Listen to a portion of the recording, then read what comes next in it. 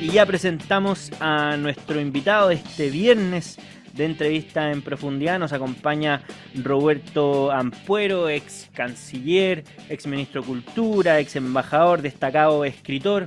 Roberto, ¿qué tal? Bienvenido a esta edición de Llegó la Hora. Muchas gracias por la invitación. Un gusto estar en tu programa. Bueno, partamos con la novela que la está rompiendo, Nunca volveré a Berlín, de Ediciones Sudamericanas.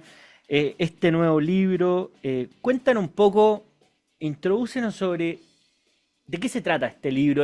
¿Responde al género de la novela propiamente tal? Sabemos que no tiene que ver con Cayetano Brulé.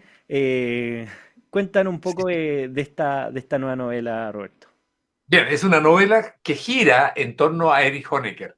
Erich Honecker fue el último dictador de la Alemania comunista y además el arquitecto del muro de Berlín. Gira en torno a él en el momento en que llega a Chile. Recordemos que hace 31 años él llegó a Chile. Llegó después que había sido defenestrado por sus propios camaradas, después que se había acabado el Estado comunista de Alemania Oriental y después que la justicia alemana, ya unida, la Alemania unida, lo declara libre de toda imputación debido a su avanzado estado de edad y también debido a su enfermedad, estaba enfermo de un cáncer. Entonces le dan la posibilidad de irse del país. Algo muy interesante, él tuvo invitaciones de Cuba para irse a vivir a Cuba, otra invitación también de Corea del Norte para irse a vivir a Corea del Norte. Sin embargo, él decidió venirse a Chile. Siendo comunista, prefirió el país, como se dice, ¿verdad? Sobre todo de la izquierda más dura, el país más neoliberal de América Latina. Lo cierto es que también justificó aquella decisión de venir a morir en realidad a Chile, le quedaban 2 años de vida, eh, porque tenía su hija casada con un chileno.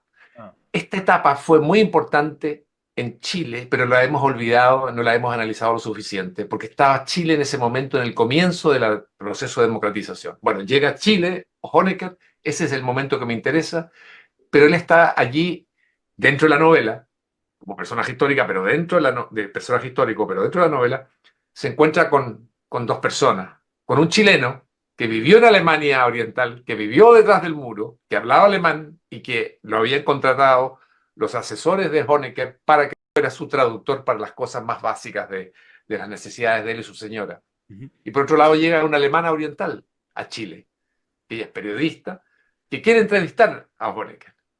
Y estos dos personajes se encuentran en Chile en torno a Honecker.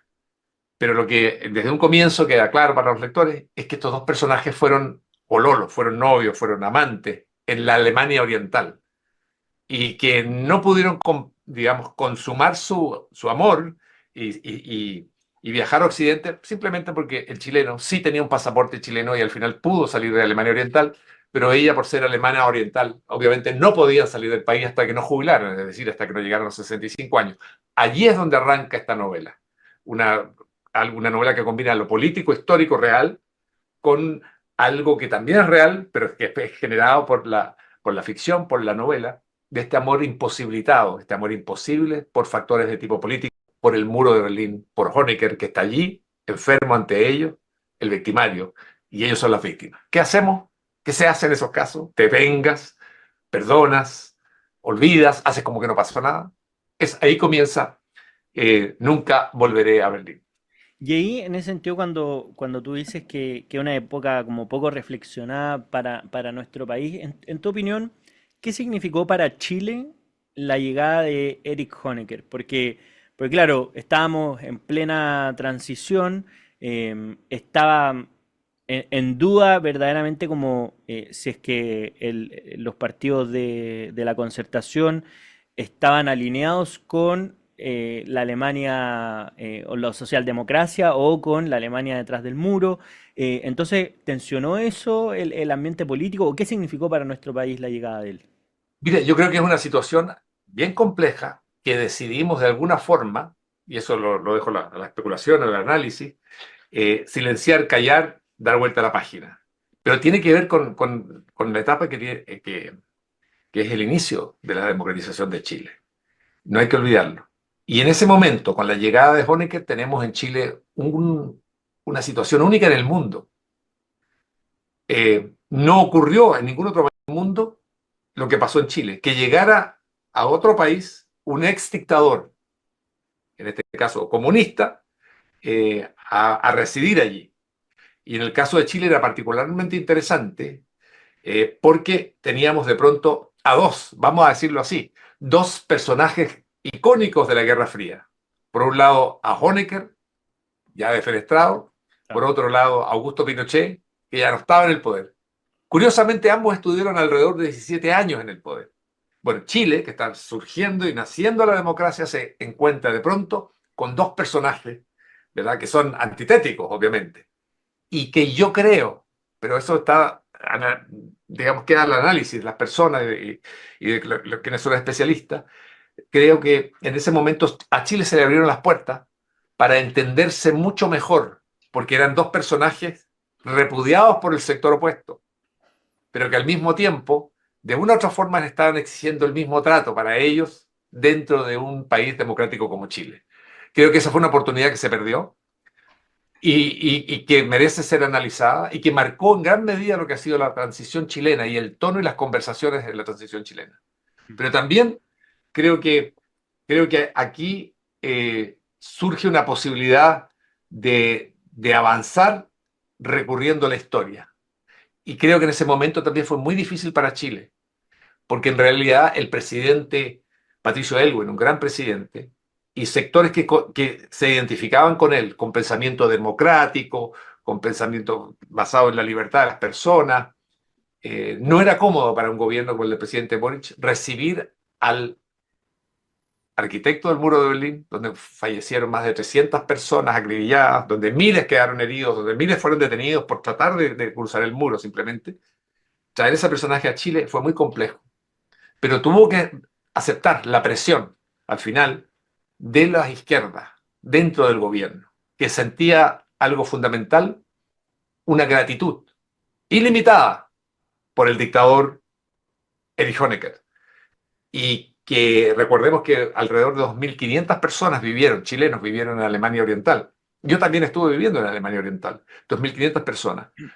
Muy pocas en comparación con los cientos de miles que hay en Estados Unidos, más de 60.000 en Suecia, más de 60.000 en Canadá, por ejemplo, bueno, y ni decir en otros países de Europa. Pero esto llevó a la izquierda dura a presionar para que este dictador llegara a Chile, viviera en Chile y muriera tranquilo, en paz y sin juicio en Chile.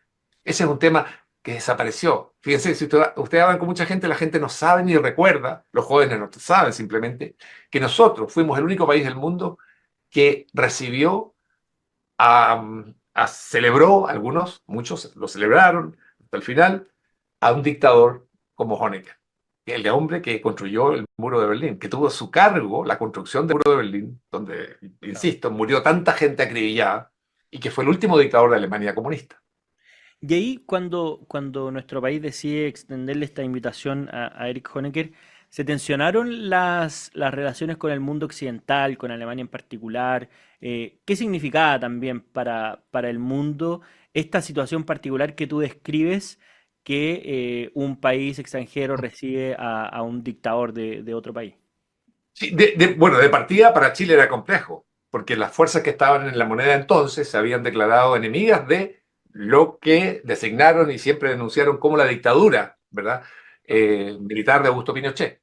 Sin embargo, ellos al poco tiempo de estar en el poder se ven en la obligación, como gobierno, dejemos de lado las presiones internas, ¿verdad? Pero se ven obligados a aceptar a un dictador, pero además de un régimen totalitario, y además de un régimen que había desaparecido, y además con muertos que eran indudables, muertos en la frontera, y de miles y miles de personas encarceladas. Ahí hay un elemento incómodo. Pero también es cierto que hubo tensiones con Alemania, ¿verdad? Esta novela no se dedica a eso, se dedica más a las pasiones humanas, al dolor que generó Honecker y en este caso un chileno y un alemán. Pero sí, lo cierto es que hubo en ese momento tensiones entre Alemania y Chile, porque hubo en algún momento un interés de ciertos sectores chilenos por traer directamente a Honecker hacia Chile. Y los alemanes recordaron a Chile que él tenía que responder ante la justicia alemana. Eh, la justicia alemana establecía, ¿verdad? Que, bueno, pero tenía que establecerlo primero, que por su estado de salud y por el avanzado grado de desarrollo de su cáncer, quedaba exento y libre de acusaciones. Los alemanes no podían aceptar que fueran burlados ellos y que el gobierno de Chile terminara trayendo al dictador de Alemania, un dictador en la Alemania Oriental, a Chile, entregándole algún tipo de protección. Así que eso fue momentos difíciles. Y yo puedo imaginarme que es particularmente difícil para un presidente como el presidente Elwin, que fue un hombre realmente un demócrata, un convencido, siempre se la jugó con mucha claridad en momentos difíciles del país también, pero siempre por la democracia y por la libertad, y también con mucho realismo y buscando caminos viables para el país.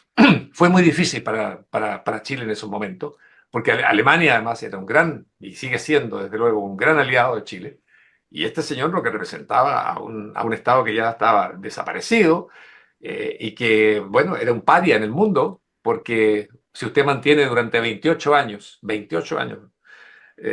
a 17 millones encerrados detrás de un muro, es un Estado paria, no hay cómo defenderlo.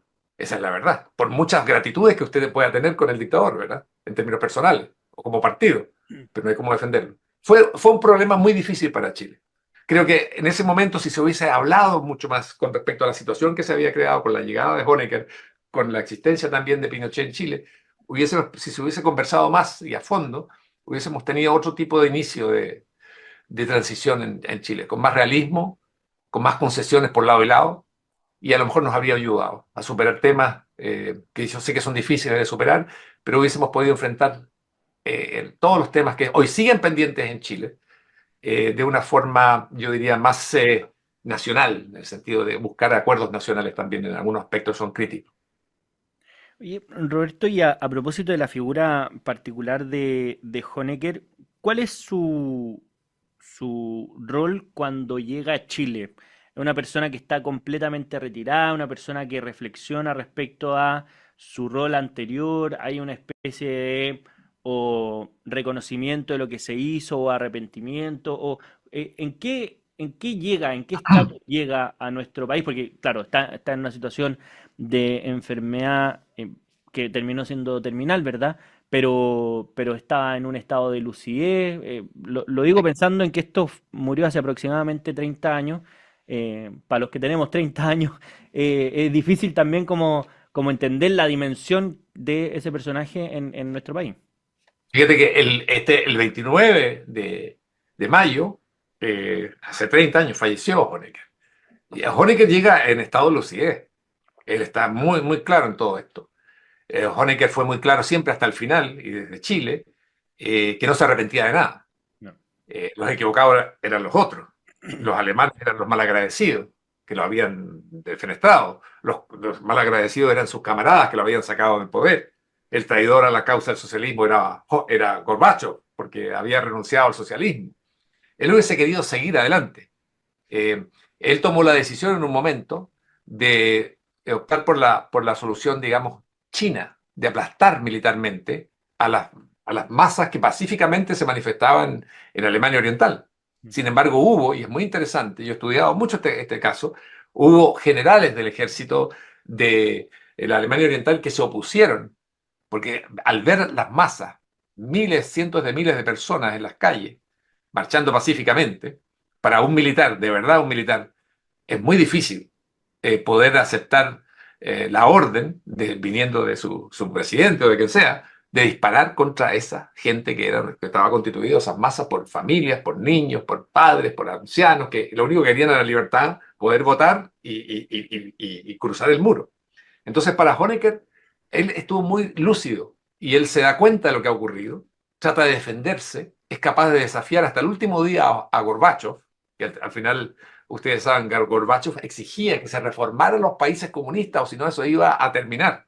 Porque Gorbachev fue un ingenuo en eso, porque nunca se dio cuenta que abriendo una válvula, una pequeña puerta en lo que es la democrática, digamos, dentro del comunismo, se viene abajo el comunismo, porque el comunismo no puede existir en democracia y con partidos distintos de oposición, pierde el poder.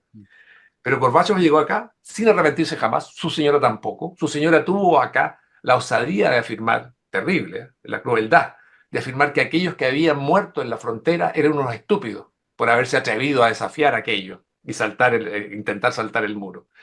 Es un hombre que nunca entendió lo que había ocurrido, nunca se dio cuenta que vivía en un estado, o dice, o pensaba que no se da cuenta, ese es otro elemento, que era, era un gobierno repudiado por la inmensa mayoría, que no lo expresaba públicamente, pero simplemente por temor, controlados por la Stasi.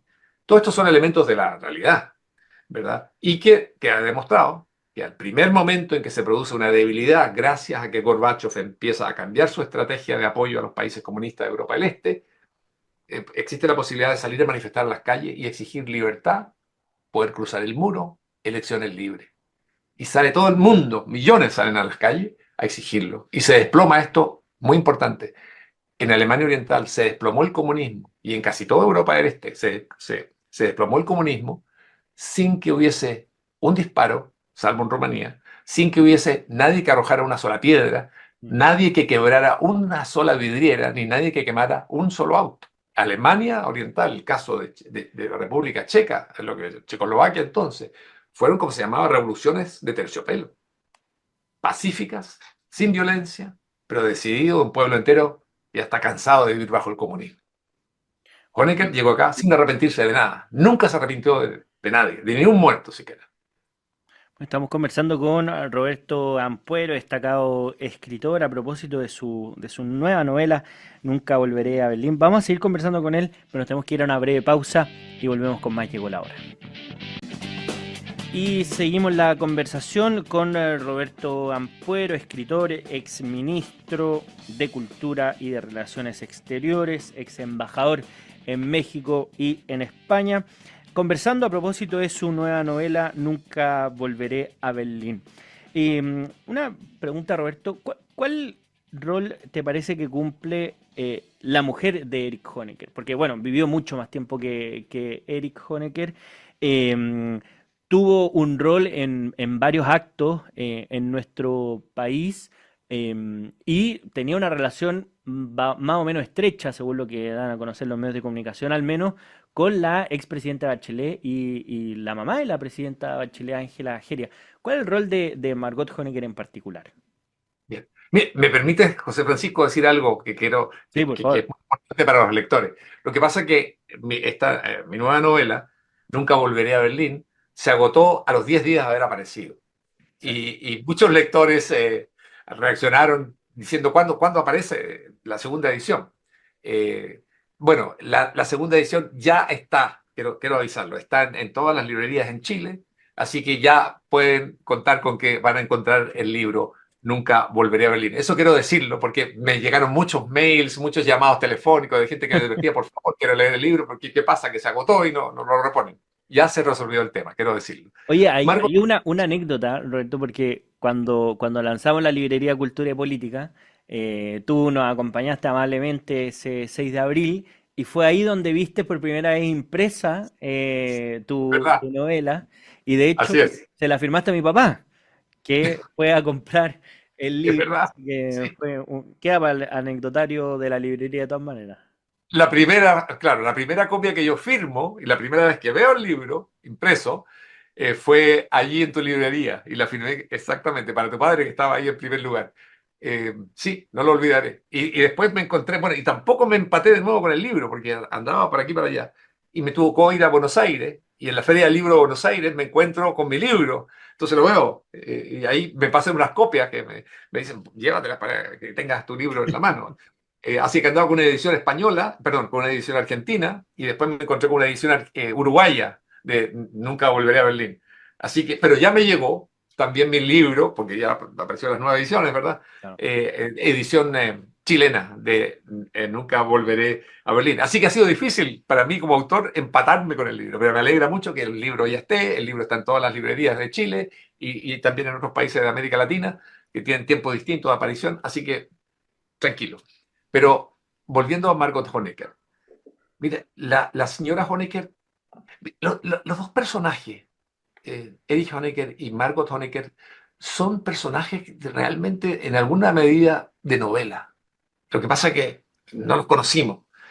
Eh, quiero decirte una cosa muy breve con respecto a Erich Honecker. Erich Honecker fue un hombre que se destacaba, si tú me dijeras, ¿por qué se destacaba por ser un hombre absolutamente plano y gris. Nunca fue un seductor, nunca fue un gran orador, nunca fue una persona muy cercana al pueblo, nunca se destacó por nada, ni como pensador, ni como teórico, nada. Él de profesión fue techador. Ese fue el único título que logró en su vida. No, tenía un oficio, no tengo nada contra los techadores, quiero dejarlo claro, pero ese era su oficio y se mantuvo. Fíjense, él estuvo preso durante la guerra, durante la época del nazismo, fue condenado a 10 años de prisión por actividades comunistas. Y algo que tampoco sabe la gente, en la novela esto aparece con fuerza, él se enamora y tiene un amorío, una relación romántica con la encargada de la vigilancia de él en la prisión, que era una miembro del partido nazi. Era una nazi Claro. y él era comunista. Cuando se acaba el régimen nazi y él queda ya en libertad, fíjense que él mantiene esa relación amorosa con esta mujer nazi eh, y se casa con ella, despertando mucha crítica en el Partido Comunista Alemania Oriental, que él ya formaba parte Claro. de ese partido de antes. Eh, y sin embargo, él se casa, una cosa muy interesante, comunista casado con nazi, nazi que había servido al partido y formaba parte de los equipos de represión del nazismo, y surgen muchas críticas. Y él se da cuenta que está en una situación difícil. Por esas cosas de la vida, no voy a entrar en la especulación, esta mujer muere antes de cumplir un año de matrimonio con él. Muere de un súbito cáncer al cerebro. Y ella desaparece de la historia de Alemania. Desaparecen todas las fotografías, los archivos, toda la información, incluso su certificado de nacimiento desaparece en el Estado, en Alemania comunista. Nunca más se habló de ella. Y él se casa después con otra mujer que es mucho mayor, que está dentro de la estructura del Partido Comunista, y su mujer, Margot Honecker, aparece años después, siendo mucho más joven que él. Claro. Se enamoran perdidamente, pero ya está en la línea y tiene, por decir así, la pareja correcta. Tiene una pareja que es comunista también, no podía ser una nazi, pero lo había sido, ¿verdad? Pero entonces se establece esta relación con Margot Honecker. Margot Honecker era telefonista, esa fue su profesión, fue telefonista, pero fue la ministra de Educación de Alemania Oriental durante casi 30 años. Fue y quiero insistir en eso, quien acusó a quienes murieron en el muro tratando de escapar de estúpidos por haberlo hecho. Una cosa increíble, de una crueldad extrema. Ella tampoco nunca se arrepintió de nada. Fue más dura que él incluso en sus aseveraciones, estaba más lúcida que él también durante mucho más tiempo, gozó de la amistad, de la solidaridad de los izquierdistas que había conocido entonces en Alemania Oriental. Era la mujer del dictador, pero era implacable. Y también se le acusó muchas veces, y tampoco fue juzgada, se le acusó muchas veces de que estaba detrás de lo que era la entrega de niños, de hijos de disidentes o de presos políticos a otras familias. Es una acusación muy grave. Ella no firmaba nada, ella no firmó nunca nada, pero el aparato que funcionaba y que manejó el tema de los niños estaba bajo la dirección no de un general X, sino que, según todas las fuentes que uno ve en los libros, estaba vinculado con ella. De mucha dureza, muy dogmáticos, son personas muy dogmáticas. Honecker hasta el final, esto en la novela yo también lo reflejo, habló como si hubiese estado leyendo textos de discursos de su época. Cuando tú escuchabas sus textos, él hablaba siempre en términos absolutamente dogmáticos. Según los acuerdos del cuarto, quinto Congreso del Partido Comunista, la Comisión Política decidió aumentar, qué sé yo, los planes de producción de la economía, de plástico y de ropa y de zapatos. Y ahí no salía, tú no lo podías llevar a ningún terreno. Y si le hablabas de algo teórico, sí, el socialismo es el futuro de la humanidad y vamos a llegar y construir socialismo después el comunismo. Eso fue así y así murió. Eh, y entonces ella jugó un papel muy importante en esto. Era muy aguda, una mujer que aprendió del poder. Le decían la bruja púrpura. Es una cosa muy interesante. El pueblo alemán le decía la bruja púrpura, porque ella era la única que tenía derecho a tener un color de teñido del cabello de un producto que lo compraban en Alemania Occidental, desde luego, los alemanes orientales no podían, y era el único color de teñido de cabello de una mujer en Alemania Oriental. Y por eso el pueblo le puso la bruja púrpura. No, era una marca mayor, ¿eh? no gozaba de popularidad en el país. Y bueno, y llegó en Chile y yo entiendo que alguna gente por gratitud hacia la dictadura de Honecker, por gratitud hacia favores concedidos, quizás por un departamento que le entregaron, un auto que le dieron, la posibilidad de viajar y entrar y salir a la RDA, bueno, pensaron que eso basta para comprometerse con una dictadura y fueron leales con ella hasta el final. Eso hay que decirlo, con todo lo que eso significa. Y yo pienso, fíjate que una cosa es que tú tengas tienes que definir cuando vives bajo un régimen totalitario como el de Alemania Oriental o como el que fue la Unión Soviética, como el que conocimos en Europa del Este, cuando tú vives como un régimen totalitario, tú tienes que decidir en un momento hacia quiénes diriges tú tu gratitud si viviste allí. Claro. Y tienes la opción de decirlo, yo se lo debo al dictador y por lo tanto soy leal y cómplice del dictador y justifico todo lo que hizo. O digo, yo encuentro que mi deuda y mi deuda es con los ciudadanos, con los compañeros que yo tuve, con los compañeros de trabajo, de estudio, con los que yo conviví, con los vecinos con los que conviví, que sufrieron durante, por lo menos ellos, 28 años, vivir detrás de un muro sin derecho a salir. Y yo creo que ahí está un tema esencial. Cuando tú vives bajo un régimen dictatorial, y si es totalitario con mayor razón, la pregunta es, ¿sientes que tiene una gratitud? Dime, ¿con quién la tienes? ¿Con el dictador que oprimió, reprimió, asesinó, dejó encerrada a la gente? ¿O la tienes con el pueblo que eran tus compañeros de trabajo con los cuales convivías y que sufrió aquel dictador? Mm. Yo, después de haber roto además con el comunismo, dije, mi solidaridad es con los cubanos que vivían como yo, que iban a la universidad como yo, o con los alemanes orientales que eran mis compañeros, que sufrieron ambos la dictadura y sufren en Cuba la dictadura, no con Fidel Castro, no con Raúl Castro, no con Honecker, ni con nadie de lo que eran represores y los jefes de ese Estado. Yo creo que esa es una pregunta decisiva. Mm. Por lo tanto, la pregunta con respecto a la gratitud en términos abstractos no te conduce a nada más que a un engaño. Estás eludiendo el tema de fondo. ¿A quién le debes tu gratitud? ¿Y qué significa la gratitud? ¿Ser cómplice? Es una pregunta muy grave. Mm. Bueno, la novela lo aborda, pero yo vuelvo a insistir, esto es una novela que es de Honecker, pero también de un amor imposible vivido en aquellos años, entre un chileno y un alemán oriental. Mm. Y ahí a propósito, Roberto, de la gratitud. No estoy 100% seguro, pero sí sé no estoy seguro del contexto, pero sí sé del argumento. A propósito de estas declaraciones, tanto de la expresidenta Bachelet como de su madre, Ángela Geria, a propósito también de esta gratitud de haber sido recibidas en Alemania Oriental, porque la idea también vino de ellas y, si no mal recuerdo, Ángela Geria fue la que dijo, yo nunca vi nada de las cosas que se conocieron después durante cuando cayó el muro de Berlín, ¿verdad? Como si fuera un muro, no sé, invisible y no se pudiera impenetrar, fuera impenetrable, no sé.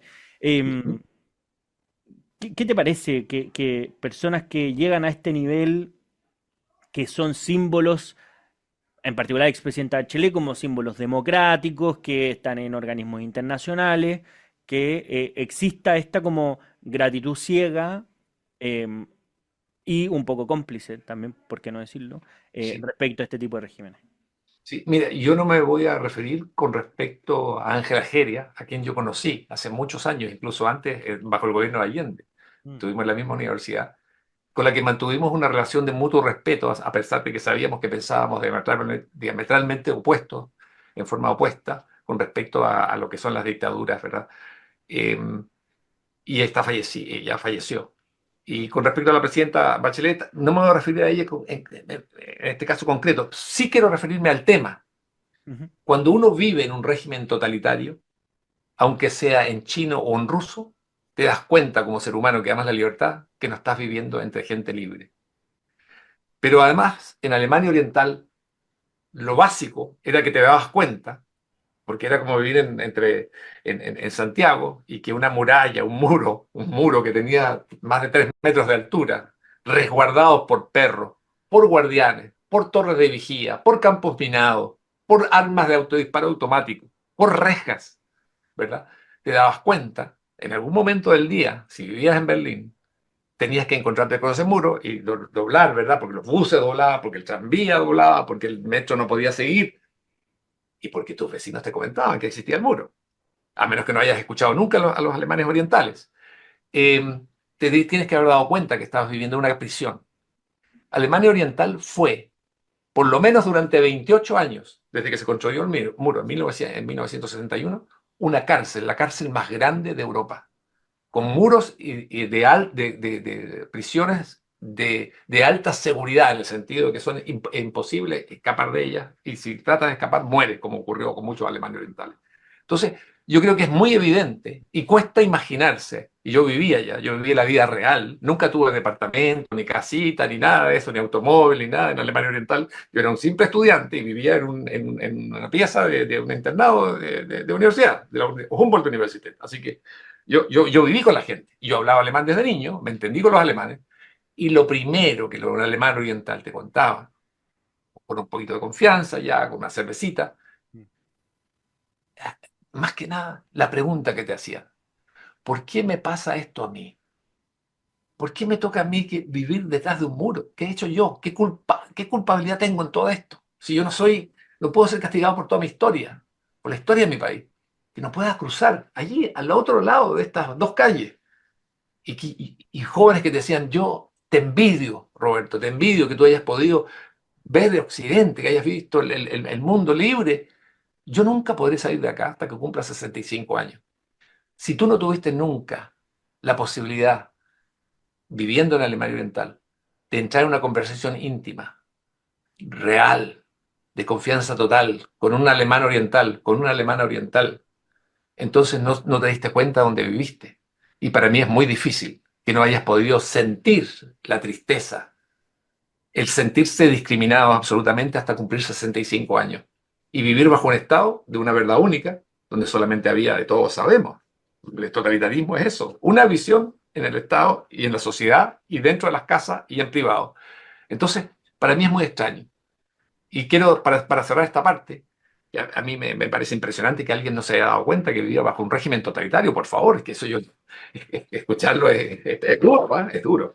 Eh, Quiero recordar que el mismo secretario general del Partido Socialista, Carlos Altamirano, Sí, claro. después se enteró y dijo y lo denunció. Ahí había archivos sobre mi persona. Esa es la misma medida en que te golpeteaban la espalda Mm. y te daban la residencia que les dieron a ellos, departamentos muy cómodos, muy bien ubicados, y la posibilidad de cruzar a Occidente cuando quisieran. Bueno, te seguían, desconfiaban de ti e informaban sobre ti y te ponían agentes que te informaban sobre ti.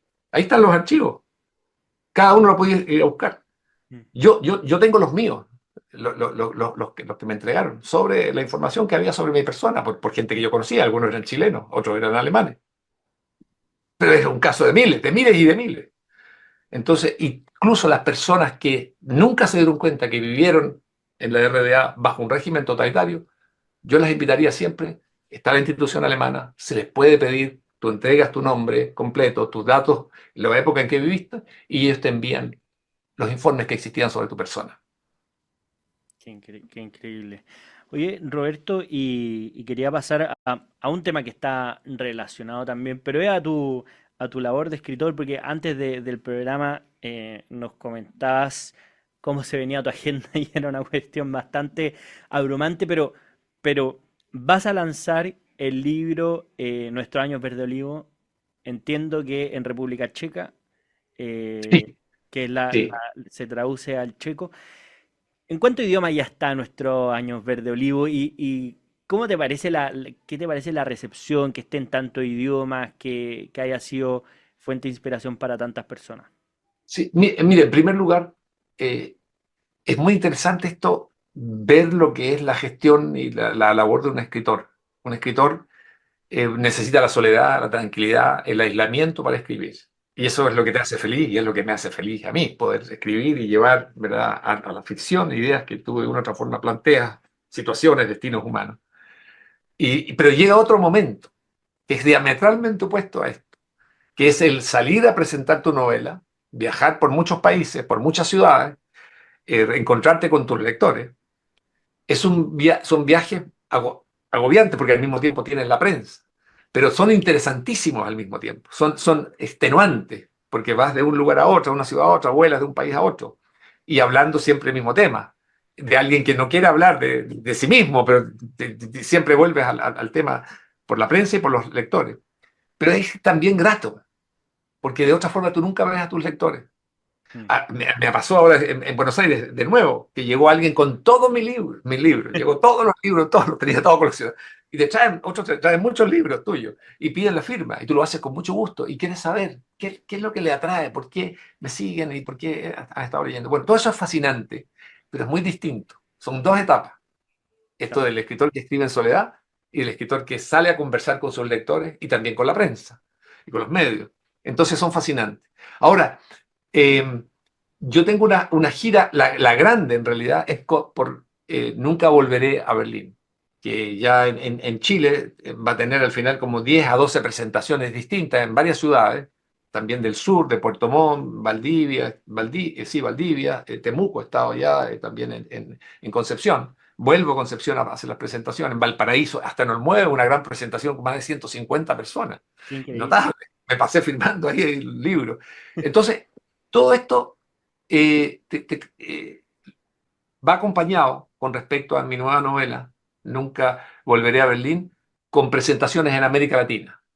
Eh, Prácticamente en todos los países grandes de América Latina, pero también estoy en otros más pequeños como República Dominicana y Guatemala, también en la Feria del Libro de Miami, bueno, desde luego en México, desde luego en Bogotá, en Colombia, ya estuve en Argentina. Entonces, es un programa, una gira intensa. Y con respecto a Praga, a mí me fascina esto de llegar a Praga a presentar la versión en checo de Nuestros años verde olivo, porque Praga simboliza muchas cosas. Entre otras cosas simboliza desde luego Kafka, o representa, es eso el Claro. mundo que describió Franz Kafka, y lo escribió todo esto en alemán. Pero es también el mundo de Václav Havel, una figura que yo admiro enormemente porque fue un luchador por la democracia, un intelectual y político a la vez, que son ejemplares, uno aprende mucho de ellos, porque es muy distinto ser político a ser escritor, novelista o ser alguien que escribe ficciones. Dramaturgo en este caso. Y también tiene a Milan Kundera, otro gran hombre escritor, que terminó viviendo en Francia, ¿verdad? Escribiendo en francés, pero que él también jugó un rol, tuvo un papel en momentos muy críticos de Checoslovaquia. Y está también vinculado con la Praga del año 68, cuando se rebelan los checoslovacos en contra del poder soviético, en contra del comunismo, y es aplastado brutalmente, ¿verdad? El pueblo checo, los jóvenes checos que salen a pedir libertad y democracia, y los aplastan los tanques soviéticos, más los tanques de los países aliados de la Unión Soviética, entre otros los tanques germano-orientales, que llegan hasta allá. Entonces, todo esto está lleno también de viajes, de historia, de referentes que tú tienes. Y para mí personas como Milan Kundera me resulta muy interesante, desde luego Václav Havel, pero también si vamos al mundo de España y Francia, Jorge Semprún, me parece, ¿no?, fascinante, ¿verdad? Que también alguien que combinó la ficción extraordinaria, el novelista, el memorialista, pero también con la acción política, porque Jorge Semprún fue un hombre destacado dentro del Partido Comunista Español, luchó en contra de Franco, estuvo en la clandestinidad, y por estar en la clandestinidad, Jorge Semprún, extraordinario, un estilista maravilloso, tuve el gusto de conocerlo. Bueno, por estar en eso, él tuvo que ir a muchas reuniones a países comunistas. Y aquello obviamente lo llevó a sacar conclusiones. Aquellos que no vieron algunos en la RDA porque no sabían que vivían en el totalitario, el sistema totalitario, Semprún, de entrar y salir de esos países donde recibía las instrucciones de cómo operar para derrocar a Franco, dice, no, este el régimen tampoco lo quiero para España. Estos regímenes comunistas, el de Rumanía, el de Bulgaria, qué sé yo, imagínense, es dictadura siniestra. Así que tampoco las quiso, aprendió mucho. Y en América Latina un gran referente, Mario Vargas Llosa, Mm. un hombre que también intentó incursionar en la política, lo hizo, estuvo a punto de llegar a la presidencia. Muchos decimos que bueno que no haya resultado ese proyecto porque salvamos a un gran escritor y pudimos obtener muchas nuevas novelas de él y reflexiones de él. Es un gran teórico también del liberalismo, una persona muy culta, un Nobel de extraordinario. Son todos personajes inspiradores. Y yo creo que para los jóvenes es muy importante saber eso, que se puede ser, que es lo que yo siempre he aspirado a hacer, soy un novelista fundamentalmente, pero con opinión política. Meto la política así como panfleto dentro de las novelas, no lo hago, porque de los panfletos no queda nada. Lo que hay que hacer es reconocer que la novela y la política no están completamente disociadas, porque nuestra vida es política, la vida que nosotros llevamos está permeada por la política.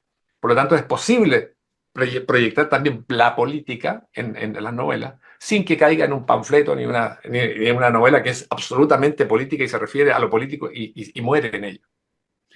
Bueno, y además nunca volveré a Berlín, que es una historia de amor. Así que muy interesante esta conversación. Roberto Ampuero, te queremos agradecer por habernos acompañado en esta interesante conversación en Llegó la Hora.